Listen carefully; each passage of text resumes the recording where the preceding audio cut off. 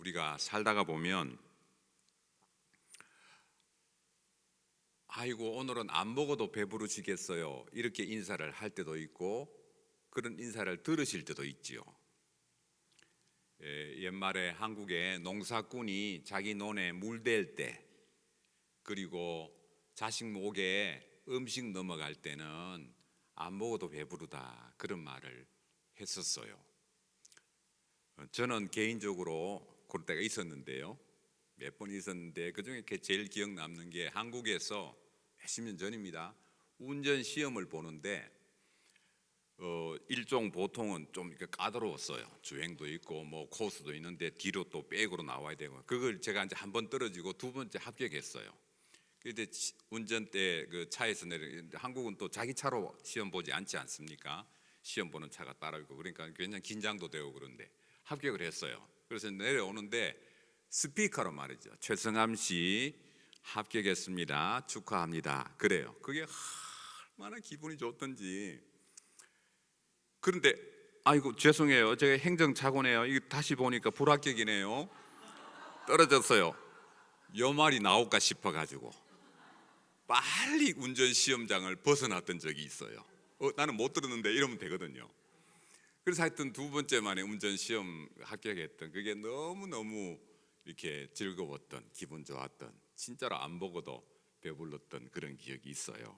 여러분 사시다가 보면 원하는 직장에 취직했다든지, 또 직장에서 승진했다든지, 사업이 크게 확장한다든지, 또 자녀가 원하는 대학에 다 합격했다든지, 또 그 자녀가 또 좋은 직장을 구했다든지, 또 결혼한다든지, 또 손자 손녀가 태어난다든지, 뭐 하여튼 그런 기쁜 일이 있지요.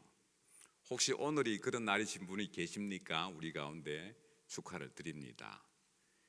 예수님도 그러실 때가 있었어요. 요한복음 4장 7절 8절에 보니까 사마리아라는 성을 지나가시는데 거기에 수가라는 그 동네를 지나가세요. 그때가 아마 식사 때가 되었던 것 같아요. 점심시간에. 그래서 제자들이 먹을 것을 사러 8절에 보니까 동네에 먹을 것을 사러 갔습니다. 그 사이에 예수님은 거기 물길로 나온 여인과 더불어서 참 이제 대화의 꽃이 참 펼쳐졌어요. 얼마나 그 대화가 심도 있게 또 깊이 있게 또 너무 참 의미 있게 그렇게 진행되는지 뭐 정신없이 그 대화를 하고 있었지요. 네가 여기 물길로 왔냐? 내가 주는 물을 먹으면 영원히 목마르지 않는 그런 생수를 얻는단다. 막 그런 얘기. 그 다음에 여자가 가장 숨기고 싶어하는 네 남편을 데리고 오너라. 저는 남편이 5이 있지만 지금 있는 남편하고도 완전한 그런 생활을 못하고 있어요 라는 그런 참 여자가 감추고 싶은 그런 얘기까지를 참 깊이 있게 말씀을 하는 그 상황이 되었어요. 그래서 이제 31절이 가보면 31절에 가보면 제자들이 이제 먹을 것을 사 왔어요. 그래서 선생님, 라비어라는 말, 선생님 잡수세요 그렇게 얘기를 했어요. 그러니까 32절에서 나는 말이야 너희들이 알지 못하는 양식이 있단다 그랬어요. 이상한 말씀 하셨잖아요. 그러니까 제자들이 33절에서 당연한 참 의문이죠. 우리 모르게 누가 잡수실 것을 갖다 드렸는가 그랬어요. 그러니까 예수님이 하신 말씀이 대답이 34절에서 나의 양식은, 예수님의 양식을 소개해요. 나를 보내신 이의 뜻을 행하며 그의 일을 온전히 이루는 이것이니라. 그러니까 예수님이 사마리아 여인을 만나서 영원히 목마르지 않는 생명, 그 생명수를 소개하는, 그 생수를 소개하는 이 일을 함에 있어서 나는 안 먹어도 배부르단다 하는 그런 말씀을 하신 거예요. 예수님의 사역이 평생토록 참 분주하고 바쁘고 어디 참 편안하게 쉴 곳도 없으셨잖아요. 또 여우도 굴이 있고 공중에 나는 새도 머리 둘 곳이 있는데 나는 머리 둘 곳이 없다. 그런 말씀을 예수님이 하실 정도로 굉장히 피곤하고 분주하고 복잡한 그런 이제 삶을 사셨는데, 예수님이 단 한순간도 내가 이 땅에 왜 왔는가 라는 것을, 그 목적 의식을 잃어버리고 사신 적이 없어요. 우리는 살다가 보면 아이고 내가 깜빡 잊어버려. 내 정신 봐라. 그럴 때 있잖아요. 실컷 뭐 하러 가놓고는 뭐 하러 왔는지 몰라. 그럼 다시 처음부터 가요. 그런 때가 있어요. 그런데 예수님은 그런 경우가 없었어요. 항상 예수님의 생애는 이 땅에 보내신 목적에 맞게 그렇게 생애를 경영하셨어요.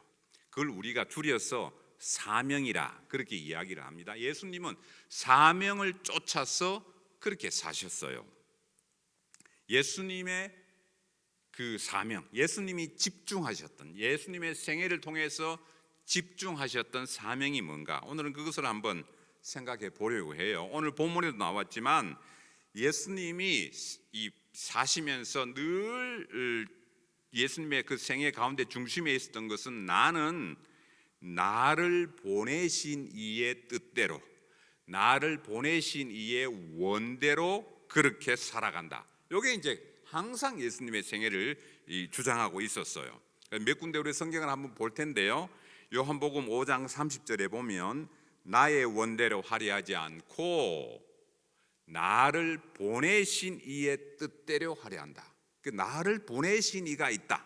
그걸 항상 말씀하셨어요. 6장 38절 나를 보내신 이의 뜻을 행하려 하십니다. 반복해서 말씀하시죠. 12장 50절 나의 이르는 것은 내 아버지께서 내게 말씀하신 그대로, 내가 이렇게 말하는 것은 내가 내 임의로 내 자의로 말하는 것이 아니라 나를 보내신 분이 나에게 말씀하라고 하는 그것을 이야기한다. 그렇게 말씀하셨어요. 14장 31절 아버지의 명하신 대로 행하는 것을 세상으로 알게 함이로다 그랬어요. 아버지가 말씀하신 것. 히브리서 10장 9절 보면 보시옵소서 내가 하나님의 뜻을 행하려 왔나이다 그랬어요. 예수님은 성경 여러 군데에서 나를 보내신 분, 그분의 뜻, 그분의 원대로, 그분이 말씀하신 대로 나는 그렇게 말하고 행동하고 살아간다 이렇게 말씀하셨습니다. 자, 예수님을 보내신 이의 뜻을 행한다 했는데 그 보내신 이의 뜻이 뭘까? 두 가지로 요약할 수 있어요. 하나, 첫 번째, 그것은 십자가의 죽으심과 부활입니다. 우리가 줄여서 그걸 예수님의 구원 사역이라 그렇게 얘기해요. 예수님 사역의 핵심이에요. 예수님 사역의 여러 모습에서 우리가 은혜를 받죠. 예수님의 사랑, 예수님의 헌신, 예수님의 섬김, 예수님의 오래 참으심, 예수님의 인자하심, 예수님의 불쌍히 여기심, 예수님의 여러 모습을 통해서 우리가 은혜를 받고 교훈을 받지만 이 십자가의 죽으심과 부활하고 연결되어 있지 않으면 우리가 핵심을 놓치는 거예요. 심지어 신학자들 사이에서도 이 핵심을 놓쳐버려서 예수님을 그냥 예수님의 겉에 있는 사역의 모습만을 가지고 교훈을 얻으려고 하는 그런 신학자들이 있어요. 그런 이제 박애주의 신학 혹은 그 휴머니즘, 인간주의 신학 그렇게 흘러가요. 예수님의 사랑과 희생과 헌신과 무슨 어떤 사람은 또 예수님의 그 개혁적인 정치적인 그런 쪽에서만 의미를 찾으려고 해요. 예수님의 사역의 핵심은 십자가와 부활입니다.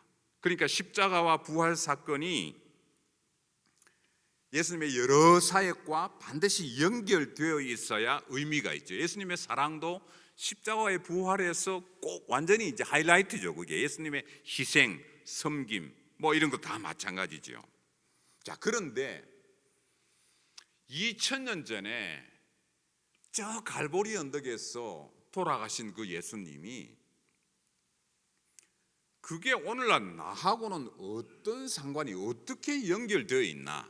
이게 논리적으로 이게 잘 안 맞잖아요. 우리는 여기에 살고 예수님은 이미 오래전에 그렇게 살다가 돌아가신 분인데 그게 지금 오늘날 현재를 살아가는 나와 어떤 상관이 있나? 이제 요거를 우리가 잘 링크를 걸어야 되겠죠. 그래야 우리도 예수님의 핵심을 놓치지 않게 되겠죠. 그러니까 예수님의 핵심 사역이 십자가의 죽으심과 부활이라 그랬는데 그게 나랑은 그러면 어떤 연관이 있나? 라는 것을 설명하기 위해서 이 그림을 한번 보여주세요.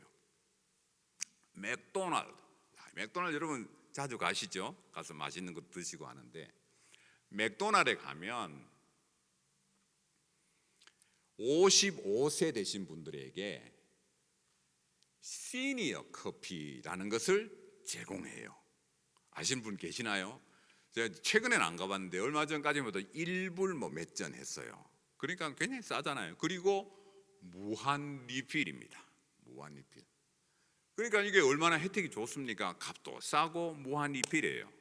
그 맥도날드라는 회사에서 요 정치 요 상품을 이제 만들었는데, 뭐 이사회나 무슨 모임에 중요한 모임에서 결정했겠지요. 언제인지 모르지만, 자 근데 보세요.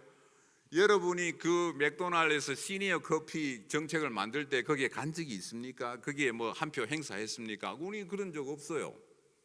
그런데 연세가 이제 55세 이상 되시고 요 맥도날드에 가서 커피를 드시고 싶으면 가서 요 시니어 커피가 있다는 그걸 알고 가서 내가 그걸 믿고 시니어 커피 하나 주세요 하면 시니어 커피를 줘요. 그런데 어떤 사람이 혜택도 없지, 저 비즈니스 하는 사람이 그런 혜택을 줄 리가 없어. 그리고 그걸 안 믿고 안 가면, 자격이 다 되는데도 안 가면 그 사람에게는 시니어 커피가 아무 상관이 없어요. 그죠? 우리가 요게 이제 그런 혜택이 있다는 걸 알고 찾아가서 시니어 커피 주세요 그러면 거기서 직원이요 방실방실 웃으면서 그거 내줘요. 그리고 혜택을 누리는 거죠. 우리가 믿고 가서 누리는 거죠. 우리는 그걸 정책에 참여한 적이 없어요. 그 결정에. 마찬가지. 2000년 전에 우리가 예수님이 골고다 사건에서 죽으시고 돌아가시고 부활하신 그건 우리 참석한 적, 가본 적도 없고 뭐 이게 참여한 적이 없어요. 그러나 우리가 그것을 믿으면 그 사건이 내 사건이 된단 말입니다. 그 성경은 이렇게 설명하고 있어요. 에베소서 2장 8절. 너희는 그 은혜에 의하여, 은혜라는 게 뭐냐면 시니어 커피입니다. 시니어 커피 결정, 십자가에서 돌아가신 그 은혜. 그 은혜는 우리가 뭘 이렇게 대가를 치른 게 아니고 그냥 그 베풀어 주신 거예요. 그것을 내가 믿음으로 말미암아, 그걸 내가 믿어요. 믿음으로 말미암아 뭘 얻는다고요? 구원을 얻는다 그랬습니다. 그러니까 예수님의 이 십자가 사건에 내가 참여한 적도 없고 가본 적도 없지만 내가 그것을 믿으면 내가 구원이라는 것을 얻는단 말이에요. 시니어 커피, 맥도날드 시니어 커피에 내가 참석해서 뭐 한 표 행사한 적 없지만 내가 그걸 믿고 가서 요구하며 요청하면 내가 그걸 누리는 거예요. 이게 설명이 될까 해서 이렇게 제가 말씀을 드렸는데, 여러분 표정을 보니까 뭐 이렇게 설명 하나 안 하나 이거 다 잘 안다 그런 표정이시네. 자, 아무튼 로마서 10장 9절로 가볼까요? 여기도 또 그런 비슷한 말씀이 있어요. 내가 만일 내 입으로 예수를 주로 시인하며 또 하나님께서 그를 죽은 자 가운데서 살리신 것을 내 마음에 믿으면 구원을 얻으리라. 이게 십자가 사건과 내가 링크가 될 수 있는 조건이에요. 믿으면. 그러니까 시니어 커피가 여기 있지만 그걸 안 찾아가고 안 믿고 그걸 내가 요청하지 않으면 나랑 아무 상관없잖아요. 마찬가지로 그 정책은 있지만, 상품은 있지만, 예수님이 십자가에 달리신 그것은 이미 이루어 주신, 은혜로 이루어 주신 놓은 건데 내가 그걸 안 믿으면 아무 상관없어요, 나랑. 그러나 내가 그걸 믿으면 그 은혜가 나에게 구원으로 온다, 이 말입니다.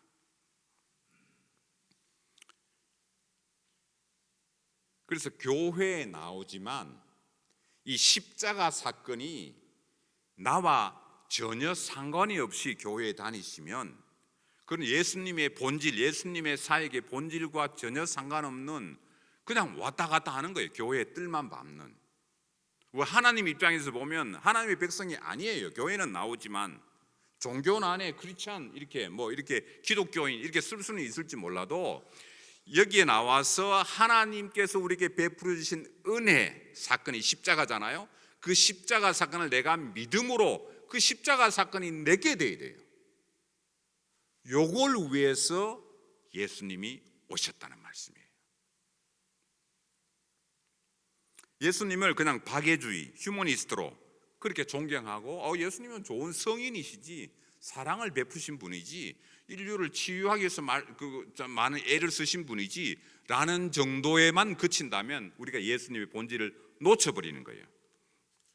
자, 이사야 61장 1절 2절 여기도 보면 쭉 말씀이 길게 나와 있는데요. 포로된 자의 자유를, 갇힌 자에게 노임을 선포한다. 이걸 그냥 문자 그대로만 받아들여서 그렇게 해석하려고 하는 그런 이제 신학의 흐름들이 있습니다. 우리가 그것을 자유주의 신학이라 혹은 인본주의 신학이라 그렇게 불러요. 그래서 십자가의 죽음과 부활을 예수님의 사역의 중심에 딱 놓아야 예수님이 하신 여러 사역의 형태들이 그게 비로소 연결이 되어져요.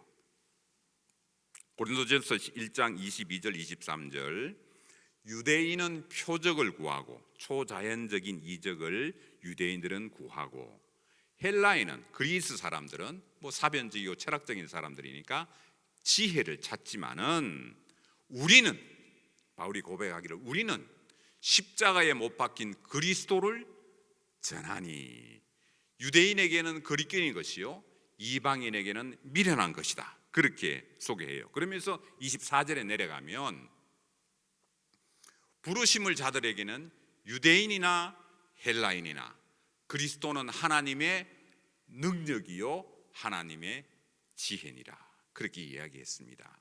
우리가 능력 있게 살아가기 위해서는 우리가 능력 있는 성도들이 되기 위해서는 또 우리가 능력 있는 성도들의 모임이 이 믿음의 공동체가 되기 위해서는 십자가와 연결된 사건이 있어야 된다는 거죠. 그게 바로 능력이 되기 때문에. 그래서 고린도전서 1장 18절에서도 그렇게 이야기합니다. 십자가의 도가 멸망하는 자들에게는 미련한 것이요 구원을 받는 우리에게는 하나님의 능력이 된다 그랬습니다. 다른 게 능력이 아니고 똑똑한 거, 경험 많은 거, 오랫동안 예수 믿은 거, 직분이 높은 거, 목사, 선교사 그게 능력이 아니고 십자가의 도가 능력이 된다. 그렇게 성경은 이야기하고 있어요. 성도를 만날 때에 성도가 이야 참 능력이 있구나 하나님의 백성으로 능력이 있구나 하는 그 핵심 DNA는 뭐냐 하면 십자가의 능력, 십자가의 그 참 죽으심과 부활 사건이 저 사람 것으로 바로 이게 좀 매치가 되어 있구나 연결되어 있구나 하는 것을 볼 때에 능력이 나타난다는 말이죠. 교회에 첫 발을 디디는 동기가 여러 가지 동기 있으세요. 특별히 이민교회 같은 경우에 여러분 여러 가지 동기로 친구가 소개해서 지인이 소개해서 내가 아는 사람이 가자 그래서 처음에는 교회 내가 한번 나가준다 그렇게 나올 수도 있어요. 그런데 그렇게 나와서는 결국은 십자가의 이 죽으심과 부활이 나에게 연결될 때 진짜 의미를 발견하게 되는 거죠. 그 구원의 은혜가 여러분 모두에게 한 분 한 분에게 바로 미쳐서 역사하는 그런 능력이 되기를 축원합니다. 두 번째입니다. 예수님은 십자가의 죽으심과 부활 사건 때문에 오셨고 두 번째 예수님의 사명이 뭐냐면 예수님이 그 사명을 가지고 오셨는데 십자가에 달려 돌아가셨는데 그 사명 우리가 줄여서 그것을 복음이라고 하지 않습니까? 예수님이 오셔서 죄의 권세를 깨트린 죄의 능력을 깨트린 그래서 영원한 생명을 선물한 것을 복음이라고 그러는데 그 복음의 소식을 전해야 하는데 예수님의 생애는 굉장히 짧게 사셨어요. 그렇기 때문에 예수님의 생애 동안 이 사명을 이 복음의 이 참 그 핵심을 다 전할 수 있는 환경이 안 되었어요. 그래서 예수님이 12명의 제자를 뽑았죠. 그래서 제자들로 하여금 그 사명을 전하게 했습니다. 내가 이 십자가에서 죽는 이 죽음과 부활 사건을 너희들이 이걸 전해야 한다. 그 사명을 주었어요. 그래서 제자들을 불러서 제자들을 훈련시키고 제자들을 파송하는 그 일을 두 번째로 하셨어요. 그래서 예수님의 이 십자가의 죽으심과 부활 이 핵심이라 그랬죠. 예수님 생애의 핵심. 요거를 제자들로 통해서 전하도록 그런 사명을 맡기셨습니다. 요한복음 20장 21절에 보면 예수께서 또 이르시되 너희에게 평강이 있을지어다 하고 말씀하신 다음에 아버지께서 나를 보내신 것 같이 나도 너희를 보내노라 그랬습니다. 그 사명을 예수님이 나는 나의 원대로가 아니고 아버지의 원대로 보내신 이의 뜻대로 말씀 주신 대로 내가 산다 그렇게 말씀하시고는 내가 받았는 이 사명을 그대로 내가 너희에게 전해준다. 제자들에게 전해줬어요. 제자들은 이 사명을 받고 처음에는 어설펐어요. 아이고 이거 뭐 좀 실수도 많고 덤벙덤벙대고 이게 예수님의 이 본질을 이해를 못해가지고 많이 헛다리도 많이 짚었죠. 그런데 이 제자들이 바뀝니다. 지난주에 말씀드린 것처럼 제자들이 한 사람 한 사람 다 믿음의 비밀 사건을 경험하지요.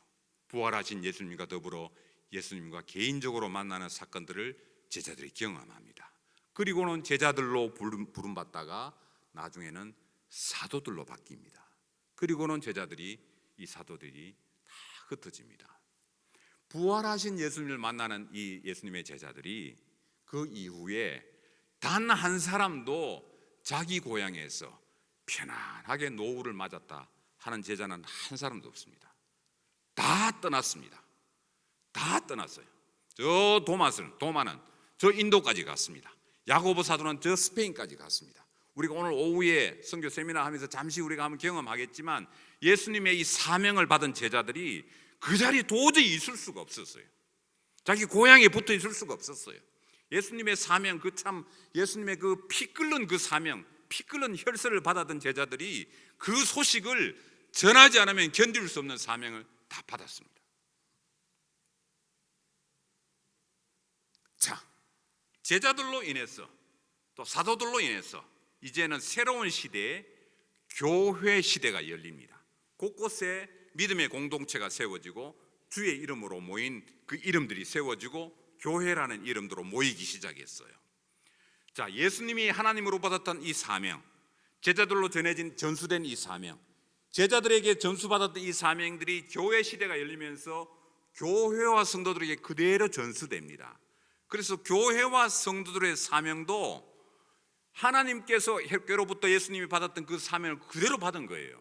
그러니까 다시 말하면 2000년의 역사가 지금 흘렀지만 예수님이 떠나가시고 오늘날 수많은 교회와 성도들의 사명도 예수님이 처음 하나님께로부터 받았던 그 사명을 제자들로 통해서 교회 시대를 통해서 유구한 기독교 역사를 통해서 그대로 전수되어 온 거예요. 지금 은혜와 빛 장로교회 이름으로 이름이 모여있지만 우리 교회의 사명과 우리 교회의 방향도 그 사명 아래 놓여 있는 거예요. 예수님이 받았던 사명과 다르지 않아요.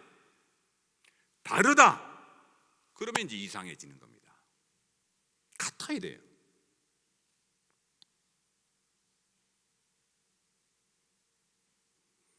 여러분 자동차 뭐 색깔도 중요하고 디자인도 중요하고 안에 카 오디오도 중요하고 뭐 여러 편의 시설도 다 중요하지만 제일 중요한 게 뭡니까? 엔진이죠. 엔진 다 좋은데 한 20마일 30마일 가면 엔진이 푹푹푹푹 꺼져요. 그러면 그 자동차 못 쓰는 겁니다. 그걸 가지고 좋은 차라 이렇게 부를 수는 없어요. 교회에 마찬가지죠. 교회 사람들 많이 모여요. 주차장도 넓어요. 교회 시설 잘 돼 있고 프로그램도 좋아요. 스태프들도 좋고 뭐 성도들이 뭐 이렇게 막 분주하게 여러 참 분주한 일들도 많고 뭐 메디케어 이런 것도 막 여러 사람들 모여서 막 뭐 혜택도 받고 좋아요. 그런데 하나님께서 주신 사명은 몰라요. 사명이 뭔지도 몰라요. 그냥 열심히 살고 그냥 한 주 동안 월요일부터 토요일까지 세상에 나가서 열심히 살고 헛거리고 다 영적 에너지를 다 소진하고는 주일에 와서 조금 은혜 받아가지고 또 월요일부터 가서 다 쓰고 또 와서 헛거리면서 와서 땀 뻘뻘 흘리면서 와서는 또 조금 받아서 은혜 받아가지고 또 쓰고 이렇게 살아가는 게 정상인 줄 알고 살아가면 크게 병들어 있는 겁니다. 교회의 본질은 무엇이냐? 하나님께서 예수님에게 주셨던 그 사명, 예수님이 제자들에게 주었던 사명, 제자들이 교회 시대에 던져주었던 사명, 그 사명을 붙들고 있는 거예요. 그 사명 붙들고 그 사명을 이루기 위해서 애쓰고 몸부림하고 모이고 기도하고 열심히 참 마음을 모으고 정성을 모으고 무릎을 모으고 하는 그게 교회인 거예요. 세상에 사람들 많이 모이는 교회 많아요. 저는 선교사이기 때문에 30년 이상 선교사 하면서 여러 교회를 공식적으로 여러 교회를 방문할 수 있는 그런 혜택이 있어요. 그런 기회가 많아요. 뭐 여러 거의 안 가본데 저 남아프리카 공화국부터 뭐 이렇게 여러 군데 가봤어요. 미국 여러 교회들도 가보면 이 교회의 본질, 사명의 본질, 예수님의 사명의 본질 여기에 눈이 뜨여 있는 교회가 있고 그거랑 상관없어요. 그냥 우리끼리 사치기 살사뽀 노는 게 너무 재미있어. 이게 무슨 뭐 동호회도 아니고 무슨 모임도 아니고 그냥 모여가지고 이민 생활이 적적하고 외로우니까 한국말 하는 사람들 모여가지고 그저 뭐 정이나 나누고 그걸로 교회를 생각하는 그런 사람들도 많아요. 그런 교회들도 많아요. 저는 그런 교회들 보면 안타까워요. 하나님께서 얼마나 안타까워하실까. 내 이름으로 모인 교회가 내가 준 사명을 어디 던져버리고 너희들끼리 그냥 좋아가지고 지구 저 열방에는 어떻게 돌아가는지 모르고 같은 하나님을 하나님이라고 고백하는 형제 자매들이 저기 있는데 죽어가고 있는데 도움을 필요로 하고 있는데 복음을 기다리고 있는데 어쩌면 너희들은 똑같은 하나님을 아버지라고 고백하면서 형제 자매들의 그 아픔과 외로움과 그 필요를 모르고 그냥 너희들 것만 기도했다 그러면 네 거 달라 그러고 네 자식 위해 기도하고 네 교회 위해 기도하고 그렇게 살아가느냐. 하나님이 안타까워하신단 말이죠. 저는 그 안타까워하는 마음으로 섰어요.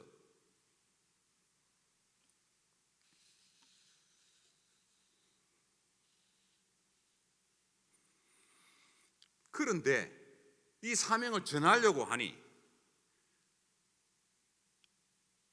내가 경험을 안 해봤는데 어떻게 전합니까?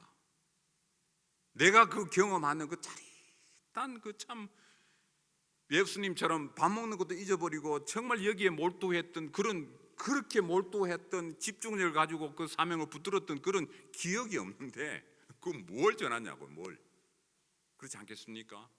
우리 한 분 한 분이 예수님의 십자가 사건이 내 사건이 되어야 돼요. 예수님의 십자가 사건이 내 참 그 절실한 절박한 사건이 될 때 그 감격과 그 은혜를 전하는 겁니다.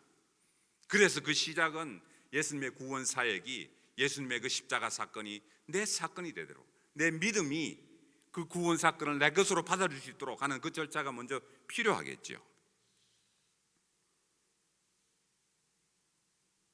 여러분 아기 때는 갓난 아기는 먹고 자고 싸고 해도 부모에게 칭찬 들어요. 주위 사람들이 칭찬해요. 잘했다 그래요. 10살 20살 되는 아기가 저 아이들이 또 자녀들이 먹고 자고 싸고만 해보세요. 얼마나 안타까운지. 하나님이 영적으로 우리를 보실 때에 뭐 참 우리가 예수 믿은 지 얼마 되고 뭐 교회 직분자고 뭐 이렇게 얘기하는데 내가 준 사명은 어디 가고 먹고 자고 사는 거 하는 것만 잘했다고 그렇게 칭찬 들으려고 그렇게 생각하느냐 하는 안타까움이 있는 거죠.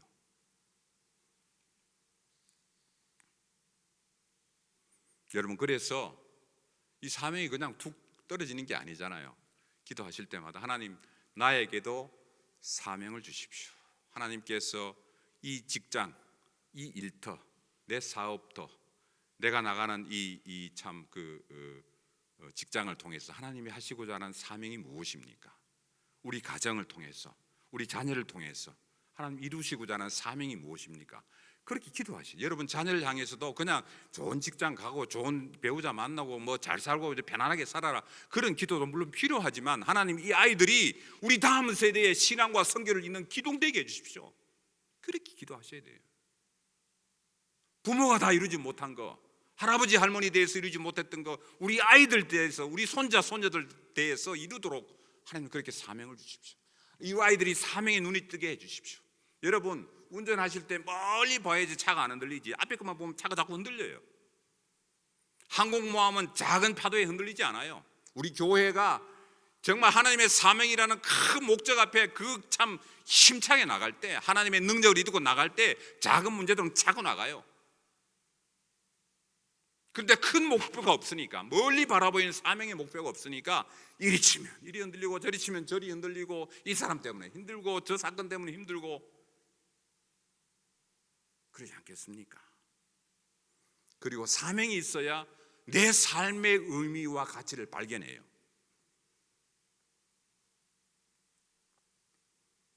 여러분 한 분 한 분을 통해서 하나님이 이루시고자 하는 사명이 있습니다.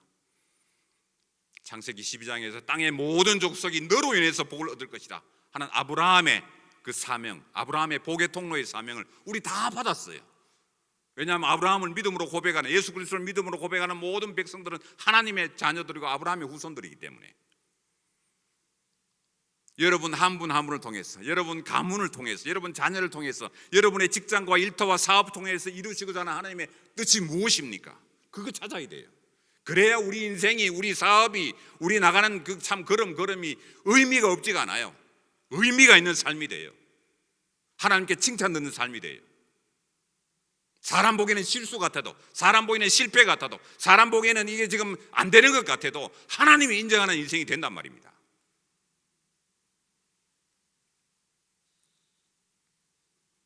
이제 말씀을 맺겠습니다. 여러분 기도하실 때 하나님 나에게도 사명을 주십시오. 사명에 좀 눈이 뜨이게 해주십시오. 그런 기도하시고요. 우리가 찬송할 때도 사명에 붙들려서 정말 하나님 사명 감당하기 위해서 내가 어떻게 하면 좋겠습니까? 그런 고백으로 찬송하면 좋겠고요. 여러분 말씀을 볼 때도 하나님 내가 사명에 눈이 뜰 수 있도록 하나님 보여주십시오. 내 영안을 뜨게 해주십시오. 내가 참 못 보는 것을 볼 수 있는 그런 눈을 뜨게 해주십시오. 그런 간구가 필요하겠죠.